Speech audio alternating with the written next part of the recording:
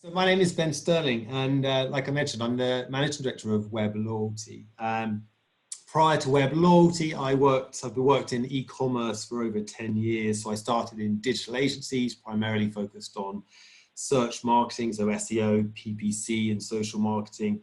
And then I moved to Expedia to focus on the integration, if you like, and distribution of ancillary products. So through APIs, how to enable other travel brands through B2B relationships to monetize through ancillary products, and then how to integrate those into loyalty and engagement programs to get an increased, if you like, value per transaction and lifetime value from consumers.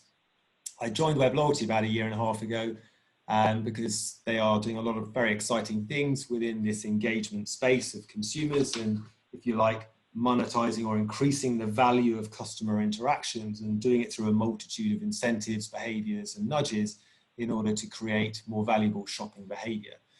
The report that we created this year and that I'm going to share today, and I'm very excited to share because it's personally very, very interesting, is on the topic of behavioral economics. And it's focused primarily on e-commerce. So online conversion and retention strategies is the topic that we're going to look at today. This is taken from our latest report, which is entitled Digital Choice. And as we go through this presentation, I believe it'll all be available. There is a downloadable link for people to gain access to it. So if I click, there we go, it's working, fantastic.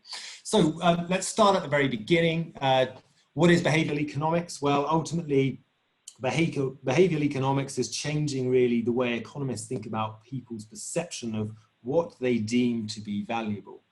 So, it's a widely adopted, if you like, trait within physical retail environment, but there's been, relatively very little focus on looking at the adoption in online retail.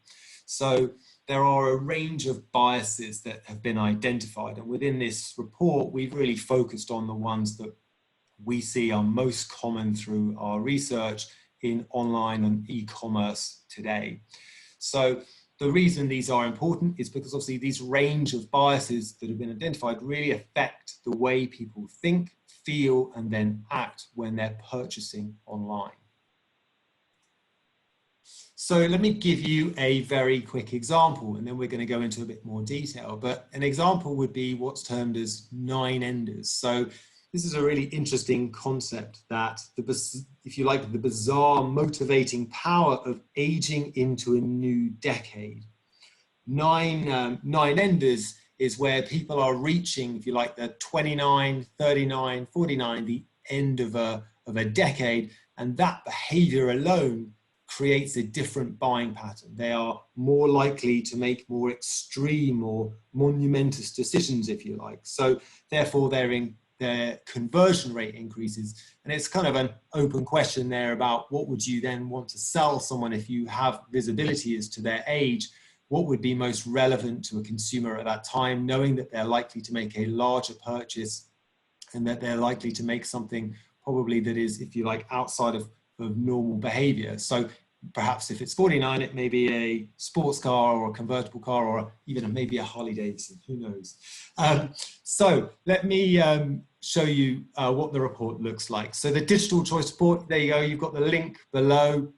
It really goes into the detail and if you like here, the science of shopping. So one thing we've added, and we worked on this report in partnership with London Economics. For those of you who don't know them, they're one of Europe's largest leading specialists in economic consultancy. And so through their research and through our own independent research, we put together this report. And we work at Web Loyalty with over 1,300 different merchants. That's just in the UK alone. It's about 6,000 internationally. And what we therefore get is an incredible insight into consumer behavior and shopping behavior and average order values, frequency. And so we looked at the top 50 UK online retailers. And we, if you like, did an analysis of what type of biases and what type of conversion specifically and retention biases that they are leveraging today, and therefore put it in a report that we can share with you so you can get an insight into what people are using, why they use these biases, and how they can be effective in your e-commerce business. So let's have a look at the conversion biases first. So in total, there are 12 key biases. There are 6 that we're going to look at today that are the most common that are seen within conversion. So you've got everything here from loss aversion, priming and anchoring, framing and chunking, the von Restov effect, channel factors, and present bias. I'm going to go into a little bit of a deep dive, well, a high-level deep dive of framing and chunking and looking at present biases, but picking an obvious one here would be loss aversion. I think we're all familiar with the idea of missing out, or FOMO, should we say, where you feel that negative emotional reaction when you feel like you are about to miss out or lose out on something. And this is something that's quite common today in e-commerce. But let's take a look at framing and chunking. As framing and chunking, represented by our good friend Chunk from the Goonies, is very common, as I mentioned, in travel. So Skyscanner is the example that we're looking at here. And framing and chunking really is about breaking down the complexity of the shopping experience and process. So breaking it into more digestible and consumable chunks for a consumer. So they are able, if you like, to experience more of the products that you have on offer, but in a more simplified and easy consumer experience. So in travel, we're all quite familiar with that. You may buy a flight, you'll then be presented with the ability to get insurance or maybe buy a hotel room, and they're able to break and chunk that information up. So whilst you may be purchasing 4 or 3 relatively complex items in a row, it's done in a way that is really easy for the consumer to be able to move through that process and avoid any confusion of the whole process. A second one would be present bias. So a classic example here with Amazon, and this is kind of the old question: have you ever kind of procrastinated over any kind of urgent, task of buying something? We tend as consumers to give a stronger weight to the benefit of things that are closer to our present time. So in the example here, it says providing immediate gains to satisfy consumer needs.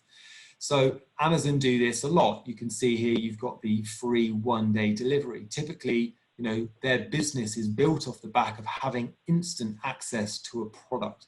It reminds me very much of the old experiment where they provide a child with 1 sweet and tell them if they can wait 30 minutes, they'll have 2. Most consumers will take what is available to them now, even if the upside gain may be greater later on. So Amazon here, free 1-day delivery, emphasizing the fact it's immediate, reminding you that when you need to order it within 5 hours in order to achieve it within that time frame. And then the buy button is very specifically about buying right now. So let's take a look, if you like, at the overview here. We have within the report analysis on each section. So within here, you can see on the graph on the left, all of the different conversion biases that we discussed at the beginning: loss aversion, priming and anchoring. And no surprise really that framing and chunking comes in as the lowest adopted. Now, this report, or these graphs, represent, as I mentioned before, the 50 e-commerce partners that we analyzed and reviewed against all of these conversion biases. And we did a deep view of who is using what, and which are utilized the most, and by what type of sector that they're used within. And you can see framing and chunking, of course, outside of travel, isn't really adopted at all in online retail. If you then move to the right-hand side of the slide, you can see the sectors that primarily are using the most of these conversion biases as a whole. So the best sector was home, with a 90% average usage of conversion biases. The only one they didn't really use is framing and chunking. And then, if you like, the sectors that performed the lowest were tech and communication. Now, we gave them all a little bit of a scoring here, from apprentice being at the bottom to being an expert. And so you get a good view within each of these segments within the report about who is using what specific biases and to what degree they're using it. But 57% of tech and comms are only using conversion biases. So what does it mean? It means really that there's a great opportunity for them to encourage or to use more of those. One of the things that I think is worth highlighting here, and I think we have a lot of insight on, is that we use a lot of these within our cashback marketplaces. So typically what we tend to lean on are action, value and time-based incentives, because knowing that consumers maybe find it difficult to make decisions at certain times, or they have increased ability to make decisions at certain times, it's about providing the right offer for us at the right time in order to make the decision-making process for a consumer much easier at the point of checkout, by making sure that they are rewarded for that purchase, and therefore making sure that they have, if you like, all of the rational and emotional decision-making taken care of within that transaction. So let's have a look at some of the retention biases, because we saw obviously 6 of the nudges or biases that are most commonly used, but for retention, obviously they are slightly different. So you've got personalization bias. We're all quite familiar with personalization, when products, prices and offers are specifically tailored for customers, and they are more likely to, if you like, engage with those products when they are more relevant to them. There's also things like social proofing. We saw that on the Amazon page as well. Scarcity bias. I think probably scarcity and consistency bias are the two that we're going to look at in more detail here. But ultimately, out of all of the different biases for retention, again, we focused on 6. And I think one of the interesting stats is if you go on Wikipedia, there's something like over 200 of these. Now, a lot of them overlap. And so that's why we decided to focus on the most common and the 6 that we see stand out. So 2 examples for you. Number one is scarcity bias. So I think we've got some good examples here, but scarcity is an interesting one. I think, we often want what we really can't have. And the interesting thing about consumer behavior here is that we place a higher value on an object that is scarce and a lower value on those that are in abundance, which is why we have the arguably rather entertaining example here of how a loo roll can be sold, or potentially be offered at least, for 1 million USD or AUD. And when it comes to essentials, which is why we put hand sanitizer and loo roll as an example here, when essentials are scarce, we really act and respond to decisions differently. The emotions and the urgency are significantly heightened, which is why we saw all of this panic buying when it came with COVID. It came down to some of the most basic and primitive items that people got most emotional about and started to have disruption with each other in the supermarket. So great example of scarcity, and I think we're all now relatively all quite familiar with that as an effect or cause and effect. The second example that we've got in here is on gamification and rewarding. So this is one of my personal favorite food apps, Nez. And Nez uses gamification rewarding to really drive the stimuli between where you are on what they will call their reward program.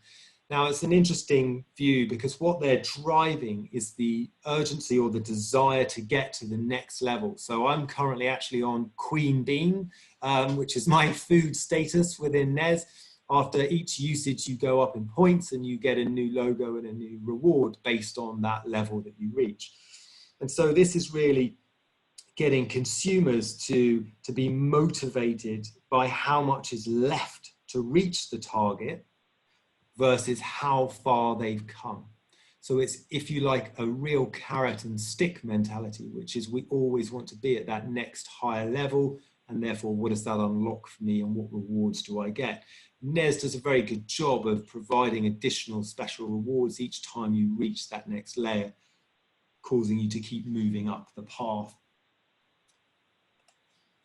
So when we look at retention analysis overall, we actually see that one of the first things that stands out on the top right is that retention biases really are used less than conversion. It's not really a surprise given that retention's only really started to come into the main window over the last few years as a as the value of retaining customers is arguably, you know, greater than small increments to conversion. But retention is only leveraging around 70% of the biases that we see in the top 12 here, and conversion is more at around 81%. So when you look at the graph on the left, you can see that obviously personalization is increasingly popular. And again, that probably wouldn't be a surprise knowing that that's a hot topic of conversation. Social proofing, we've seen what Instagram and we've seen what social proofing can do for products. But then when you look at those that are performing, you know, really poorly, gamification stands out obviously right down at the bottom. So very few leverage and know how to effectively utilize gamification in order to do that. The one you can see just to the left there, but is actually slightly blurred, is the thing we call goal gradient. So that's also common. That's what you saw in NES. That's driving people towards that next goal versus how far they've come overall. So which were the best performing sectors? Well, retail was 76% average usage of the retention biases, personalization being the top one.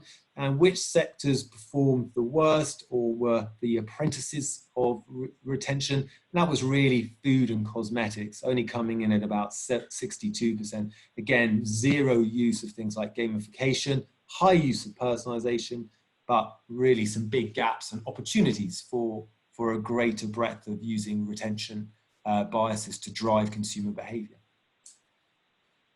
So taking a look at the future, I think we're all fairly familiar with the conversation around machine learning and artificial intelligence, but I do think that this really paves a really important part of enriching consumer behavior in the future. I think behavioral economics can be even more powerful with a certain focus and lens on online retail.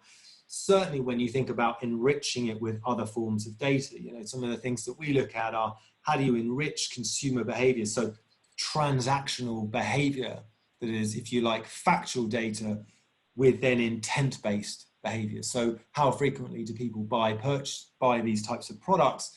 And therefore, what is their intent to do it in the future? Combine that with what we see in behavioral economics from biases, and you can really start to influence and sculpt behavior, but not in a way that is detrimental to anyone, but in a way that is a win for the brand, it is a win for the consumer, so everyone is winning. So big data and newly developed algorithms, certainly going to have a bigger impact. And I think we can see in the future a certain lean towards personalization techniques and intelligent nudging, really, having a big impact and effect on what people are able to achieve, not only from a conversion rate standpoint, but from a consumer retention standpoint.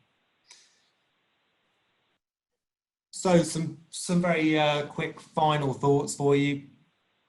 Really, no online retailer or even segment is fully adopting the techniques that are highlighted in the report. It's certainly worth looking through those and evaluating what you're utilizing as a brand.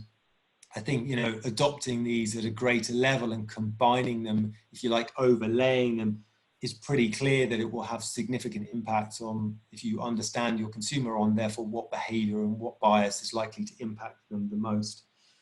As I mentioned before, we only really listed 12 here, and there are over 200. So, downloading the report will give you a much deeper view as to what those specific behaviors are, what the typical expectation is, and how they're leveraged and utilized within e-commerce brands today. I think the second point is on approaching, behavioral economics as a collection. I think, we've seen, like I say, some of the top uses, but I'd love to hear in the Q&A panel later is other people using other biases that work particularly well. I think it's hugely interesting to see what brands are using what and what impact it has for them. And the third thing is, obviously, we are sharing the report, so please download it. Like I say, it's in conjunction with London Economics, so it's a super detailed and breakdown scope of both from a kind of industry sector and on an individual brand level. So we've put the link in. We're going to do a webinar on it just to cover it again in more detail. So if you're interested in that, I'm on LinkedIn, Ben Stirling, so DM me and we can send out any details. But otherwise, that is it. I hope you found that useful and interesting.